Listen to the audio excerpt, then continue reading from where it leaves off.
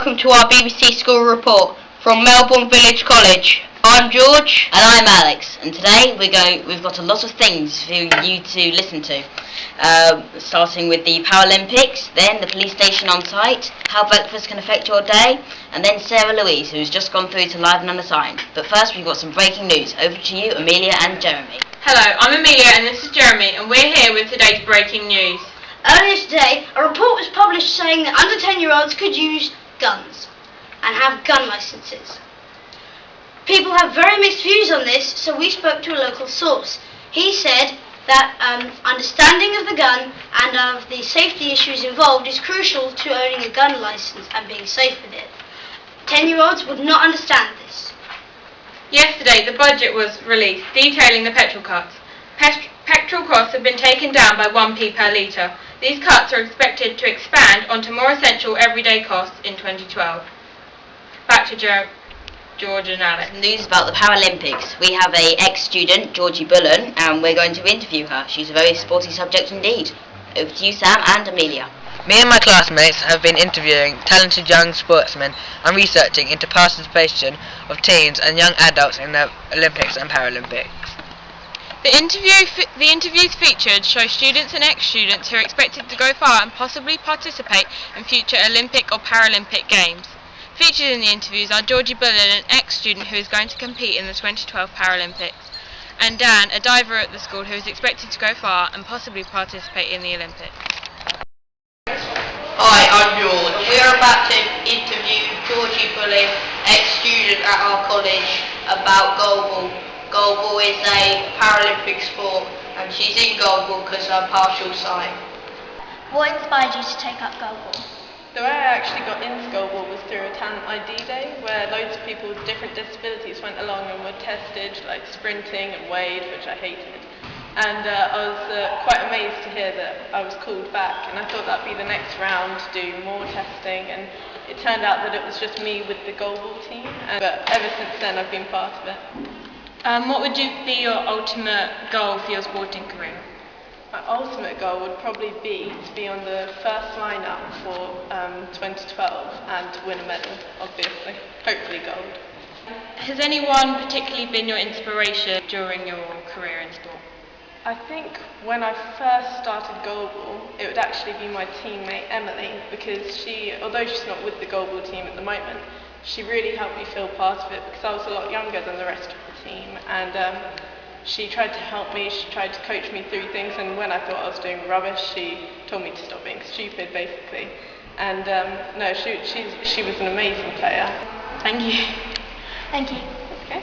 Hi, I'm here to interview Dan about his achievements and hopes in diving. How did you get into diving? I went for a swimming lesson at Parkside Pool and stayed after, and I liked the look of it, so I did a session and I liked it ever since. What's been your biggest achievement in diving? I won this last year at the National Championships and won 2 silvers the year before. How often a week do you dive? Yeah, I dive every day and sometimes the weekend is like a 3-day competition, so it could be all weekend. Where's the furthest you've ever had to travel for a diving competition? I've travelled for competition at Barcelona, that's probably been the furthest, but I've been to a diving camp at America. There's a new police station on our doorstep. Over to Joseph on how it will affect us. Recently, the Melbourne Police Station has moved from its original location on High Street to the moor on Melbourne Village College's school site. We have interviewed various people to find out why it has moved to where it is now, and people's opinions on its new location.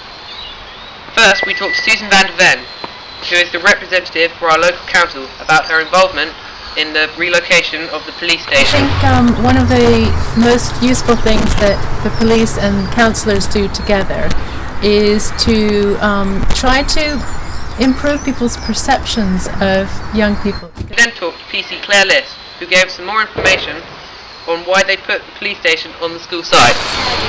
It was going to be in the centre of the community, somewhere where it's easily accessible for everybody, so this gives people an opportunity to come forward, and like I say, not necessarily with crime, it might be with worries or ideas. We'll now show you some interviews with some of the people to see what they think of the police station. It will speed up the chance of people being caught. I don't live in Melbourne, but I think I will benefit from it being local. Then it's centred around the school and then everybody knows where it is. That's all on our report on the police station. Back to George and Alex. We've had our breakfast, but have our students had theirs, Danny? Hi, I'm Danny. I'm one of the BBC school reporters from Melbourne Village College. I've been working on a story about breakfast. Hi, I'm Elise. I'm from Melbourne Village College. I've been working on a story about breakfast too. Everyone says that breakfast is the most important meal of the day. But really, how important can it be? Well, we've made a test to see how these work. We found 10 people that didn't have breakfast that morning and followed them around the school to see how they felt. We gave them a questionnaire at the end of each lesson. Then we gave the teachers a questionnaire about how awake the child was. And a few days later, we gave the same children breakfast and did the same thing. We went to them after lessons and gave them the same questionnaire. Then we gave the teachers the same questionnaire and compared it to when they didn't have breakfast. We got some brilliant results. Here are Jeremy and Tom with the results of our experiment. Unsurprisingly, the results showed various positive impacts on the pupils' behaviour. Teachers viewed pupils to be more mentally attuned, to have a higher work rate and a higher concentration span. The students themselves said they felt lighter in attitude and more energetic and completed more work. As over 50% of students over year 10 don't eat breakfast, this has a considerable effect on the amount of work done, especially coursework, around the country. Good morning, my name is Mrs Stevenson and I'm the warden at Melbourne Village College, and I've been the warden here for 4 years. Do you think that breakfast is important? I do. I think it's probably the most important meal of the day because it sets you up for the whole day, and especially when you come into school, because you've got to have all that energy to get you through 5 different lessons, and you're not going to have a break until about 11 o'clock, so I think breakfast is very, very important. Do you eat breakfast yourself? I do. I always make sure I have breakfast. What do you have for breakfast? I have fruit juice followed by a bowl of cereal and a piece of toast. What kind of breakfast do you feel is best to have for breakfast? I think it's important to have a mixture and to make sure that you're sort of making sure you've got a bit of carbohydrates in there, a bit of fruit, and I think as long as you've got a balance, then that's going to set you up for the day. This is the BBC Breakfast Reporters from Melbourne Village College. That's you. 11 in our college, Sarah Louise, a star in the making. We find out more. My name's Alex and this is Sarah, and we're going to be interviewing her about the live and unsigned music competition. Fantastic, it's my biggest ambition, so I'm really pleased with it. Very nerve-wracking, there were a lot of other people there, a lot of bands as well, so being a solo artist it's a bit harder, but it turned out well. Overwhelmed. First. I wouldn't know where to start really. It's a smaller competition just for original artists really, so it's more about your own songs than covers. Yeah, I'm selling tickets at the moment, so lots of my friends will hopefully be there.